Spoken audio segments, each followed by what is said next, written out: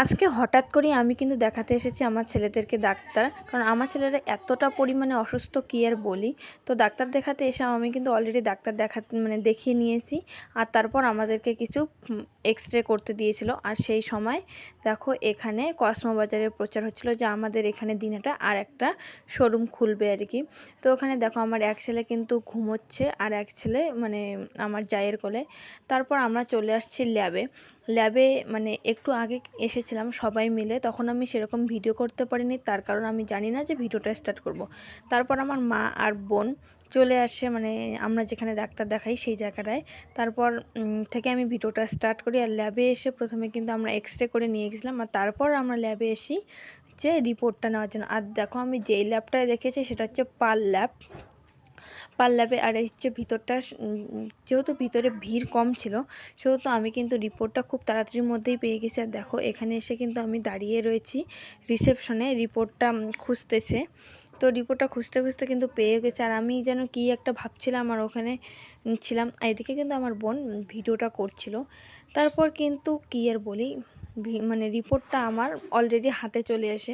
আর রিপোর্টটা হাতে নিয়ে আমি কিন্তু ল্যাব থেকে বের হয়ে যাই। আর যেহেতু অনেকটা দেরি হয়ে গেছিলো, তো সেরকম বিকেল 4টা, 4:30 কি 5টা এরকম টাইম আর কি ছিল যখন আমরা দিনহাটায়। তো তখন কিন্তু আমাদের কেবলমাত্র ডক্টর দেখানো হয়েছে, কিন্তু রিপোর্ট দেখানো হয়নি। এইখানে দেখো আকাশের কি কন্ডিশন, যেহেতু ঠান্ডা ঠান্ডা একটু লাগছিল। তারপর কিন্তু আমরা চলে আসি, আর তখন ডাক্তার গেছিলো একটু মানে এমার্জেন্সি ডিউটিতে। তারপর আমরা আমার ছেলের জামা নিতে আসি। হ্যাঁ, তোমরা হয়তো ভাবতেছো যে এত অসুখ কিন্তু জামা নিতে আসছে, মনে এত খুশিটা। দেখো অসুখের কাজ অসুখ করবে, ডাক্তার আছে সারবে, ভগবান ইচ্ছা যখন মানে ভগবান যা চায় কিন্তু তাই হয়। কিন্তু আমার ছেলেদের সত্যি কথা বলতে আমরা জন্ম অবধি আজ পর্যন্ত আমি একটাও জামা কিনিনি।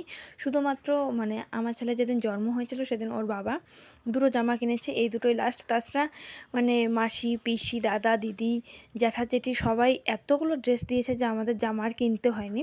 তো ওই জামাগুলোই না অনেক দিন হয়েছিল, যেহেতু বড় বড় ছিল, কিন্তু এখন ওই জামাগুলো ছোট হয়ে গেছে, এখন অনেকটা বড় হয়ে গেছে ছেলেরা। তো আমি ছেলেদের জন্য দুটো দুটো 4টে ড্রেস নিয়েছি। তারপর কিন্তু অনেক দিন মোমো খাইনি। তো সেই জন্য মানে আমি আমার যেহেতু মা আর যা ওইখানে ছিল, ফোন করে শুনলাম যে ডাক্তার আসছে কি আসেনি ডিউটি থেকে। তো বললো না এখনও আসে নাই। তো ভাবলাম চল, আমার বোনকে বললাম যে দুজন মিলে একটু মোমো খেয়ে আসি। কিন্তু সত্যি কথা বলতে মোমো খেতে গিয়ে যে এতটা পরিমাণে ঠকতে হবে সেটা আমি জানি না। আমি অলরেডি মানে মোমো খাই আমরা সবসময় 20-30 টাকার খাই, তার সঙ্গে আবার চিকেন মোমোই খাই, ওই টাকাতেই ভালো লাগে খেতে, তার সঙ্গে স্যুপ থাকে। কিন্তু এখানে আমরা 40 টাকা প্লেট খেয়েছি, তাও আবার ভেজ মোমো খেতে এতটা বিশ্রী ছিল, আর স্যুপ তো ছিলই না। আর দেখো এই হচ্ছে দোকানটা, কি যেন দোকানটা মানে রেস্টুরেন্টটা আমি ঠিক জানি না, এখানে তার থেকে ভাত খাওয়া আমাদের অনেক ভালো ছিল। তারপর কিন্তু দেখো অনেকটা লেট হয়ে যায়, আর এখানে সন্ধে অলরেডি লেগে গেছিলো। তারপর আমার যা কিন্তু আমাকে ফোন করলো যে তুই তাড়াতাড়ি চলে ডক্টর এসে গেছি। তো দেখো আমি কিন্তু তাড়াতাড়ি করে একদম হেঁটে হেঁটে যাচ্ছি, যেহেতু আমার ডক্টর দেখানো রয়েছে, শুধুমাত্র রিপোর্টটা দেখাতে হবে।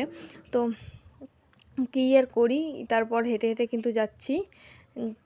এইখানে কিন্তু আমি ভয়েস দিয়েই ভিডিওটা করছিলাম, কিন্তু যেহেতু অনেকটা পরিমাণে গাড়ির আওয়াজ মানে শব্দ দূষণ, তো সেহেতু এই কথাগুলো শোনা যাচ্ছিল না।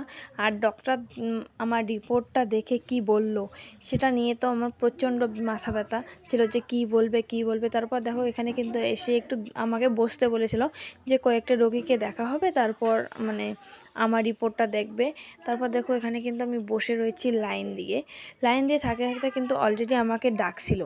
ডাকার পর আমি আবার একটা গন্ডগোল করেছি, আমি যে প্রেসক্রিপশনটা ওইটা নিয়ে যাইনি, কেবলমাত্র মানে ওই যে এক্স রে রিপোর্টটা আর ফটোটা নিয়ে গেছিলাম। তারপর কিন্তু ডক্টর মানে হয়, আর আমার ছেলের রিপোর্ট কি আসলো সেটা কিন্তু পরে তোমাদেরকে বলবো, কারণ এই ভিডিওটা পুরোটা বলা সম্ভব নয়। তারপর কিন্তু আমার যেহেতু মা মানে ওই যে ডক্টর দেখে আমার শ্বশুরবাড়িতে আসছে, তো ওইখানে মিষ্টি নেওয়ার জন্য আসছে। তারপর আমি মিষ্টি নিতে চাইলাম, তারপর বললো না না তুই জিলেপি এনে। তারপর আমি এখানে 1 কেজি জিলেপি, তারপরে ওই যে কি যে সুজির কিছু আছে ওগুলো নিয়েছি। মানে আমার ছেলের যা রিপোর্ট আসছে তাতে কিন্তু আমাদের সকলেরই মন খারাপ। আজকের ভিডিওটা এই পর্যন্তই, দেখা হবে পরে আর একটা ভিডিওতে। পরের ভিডিওতে আমি বলবো আমার ছেলের কি মানে অসুখ হয়েছে, কবে সারবে, কি হবে না হবে। তো দেখা হবে নেক্সট ভিডিও। Bye bye.